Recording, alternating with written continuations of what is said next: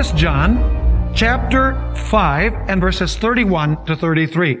And before we read that passage, I need to make a note of clarification. And that is that in English, we have two words, which is testify and witness. Those two words are the same Greek word. So whenever you find witness or testimony or testify, they are the same Greek word. Now notice John 5 verse 31. Jesus is speaking. He says, if I bear witness, that can be translated testimony. If I bear testimony of myself, my witness or testimony is not true. There is another who bears witness or testimony of me. And I know that the witness or testimony which he witnesses or testifies of me is true. You have sent to John, and he has borne witness or testimony to the truth. Do you get the impression that John the Baptist had the testimony of Jesus? He most certainly did. It's translated witness, but it's the same word, testimony, in English. And so John had the testimony of Jesus because he was raised up to give witness or testimony to Jesus. Now another interesting detail is that John the Baptist was not the light.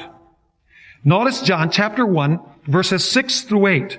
John chapter 1 verses 6 through 8. It says here, there was a man sent from God whose name was John. This man came for a witness. Here's the word again. Came for to testify or for a testimony, to testify or bear witness of the light, that all through him might believe. Now notice this. He was not that light. Was John the Baptist that light? No, he was not that light, but was sent to bear witness. Here's the idea again. He was sent to testify of that light. So the question is, was John the Baptist, the light? No, John the Baptist was not the light. But was John the Baptist a light? He most certainly was. Go with me to John chapter 5 and verse 35. John chapter 5 and verse 35.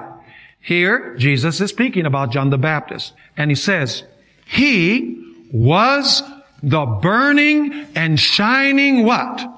Lamp. And you were willing for a time to rejoice in his light. Did John the Baptist have light? He most certainly did. Was he the light? He was not the light, but he was a light whose purpose was to give witness to the light or to testify about the light.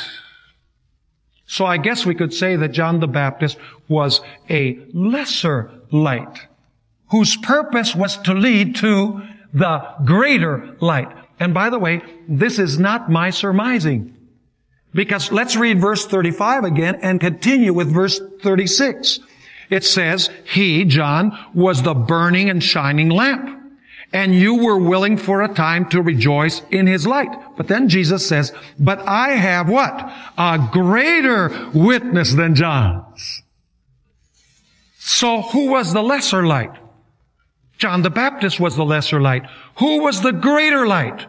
The greater light who gave greater witness was none less than Jesus Christ. In other words, John the Baptist was the lesser light that God raised up to give witness or to testify about the greater light.